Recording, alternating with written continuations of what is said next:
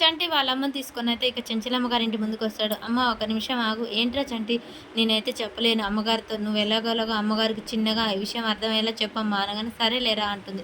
ఈలోపే చెంచలమ్మ గారింట్లో phone ring కావడంతో చెంచలమ్మ ఎత్తి ఫోన్ ఎత్తుతుంది. హలో అనగానే "అమ్మ కళింగ ఎక్కడున్నాడో జాడ తెలిసింది" అని చెప్పేసి అనగానే చెంచలమ్మకు ఇక తన కోడల్ని సింధూరని చేపట్టే విషయం గుర్తొస్తూ ఉంటుంది. సింధూరని లాక్కొని తను ఎత్తుకెళ్ళటం, ఇంట్లో వాళ్ళందరిని ఎదిరించడం, సింధూర మెడలో తాళి కట్టడం ఇవన్నీ గుర్తు చేసుకుంటూ చెంచలమ్మ చాలా కోపంతో రగిలిపోతూ ఉంటుంది. సరే మేము వస్తున్నాం అని చెప్పేసి ఫోన్ కట్ చేస్తుంది. బసవా అనగానే ఏంటమ్మగారు ఆ కళింగ ఎక్కడుందో తెలిసింది పద వెళ్దాం అనగానే మీరెందుకు అమ్మగారు అక్కడికి ఫస్ట్ వాని దగ్గరికి మేము వెళ్ళి వీడ్చుకొని నీ దగ్గరికి వస్తాం వద్దు వాడి దగ్గరికి వెళ్ళాలి నేనే చంపాలి వాడిని వాని అహంకారం నా కాలు కింద వేసి తొక్కాలి వాడు నా కోడలు పట్టుకున్న చేయిని నరికి 4 తుంటలు చేయాలి వాడిని నా చేతులనే చంపితే అప్పుడు తృప్తిగా ఉంటుంది సరేనా అని చెప్పేసి అంటూ ఉంటుంది.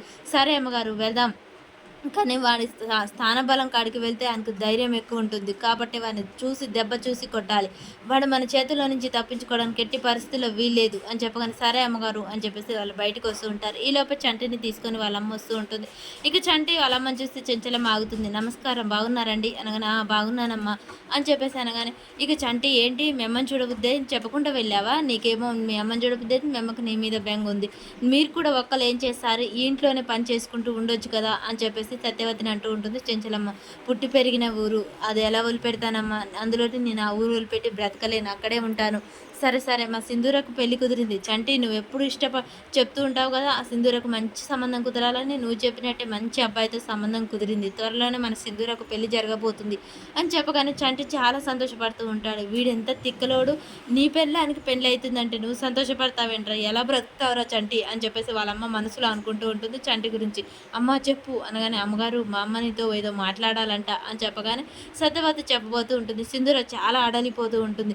సరే సరే నేను ఒక ముఖ్యమైన పని మీద బయటికి వెళ్తున్నాను వచ్చాక నిమ్మలంగా మాట్లాడతాను మీరు లోనికి వెళ్ళండి అని చెప్పేసి చెంచలం అయితే వాళ్ళు చెప్పేది వినకుండా కంగారుగా బయటికి అయితే వెళ్ళిపోతుంటుంది. ఇంకా సింధూర చాలా టెన్షన్ పడుతూ ఉంటుంది. చక్రం బాబాయ్కి సైగ చేయడంతో చంటిని లాక్కొని వెళ్తాడు. ఇటు రారా చంటి నీతో మాట్లాడాలి అని చెప్పేసి చక్రాన్ని తీసుకొని వెళ్తాడు. అసలు ఎక్కడికి వెళ్ళావు ఎందుకు వెళ్ళావు మిమ్మల్ని ఏం చెప్పమంటున్నావు అని చెప్పేసి ప్రశ్నల మీద ప్రశ్నలు చక్రం అడుగుతూ ఉంటారు. ఇంతలోపే చంటి ఉండి ఏం లేదులే బాబాయ్ చెంచలమ్మ గారితో ఒక విషయం చెప్పమన్నాను ఏంట్రా ఆ విషయం చెప్పు నాతో అనగానే మా అమ్మ చెంచలమ్మ గారితో మాట్లాడుతుందిగా అప్పుడు విందులే ఏదో ఒక విషయం అని చెప్పేసి చంటి మాట దాటేసేస్తే అక్కడి నుంచి వెళ్తాడు. ఇక చక్రం చాలా టెన్షన్ పడుతూ ఉంటారు. మరి సింధూర చెప్పకుండా అడ్డుపడుతుందా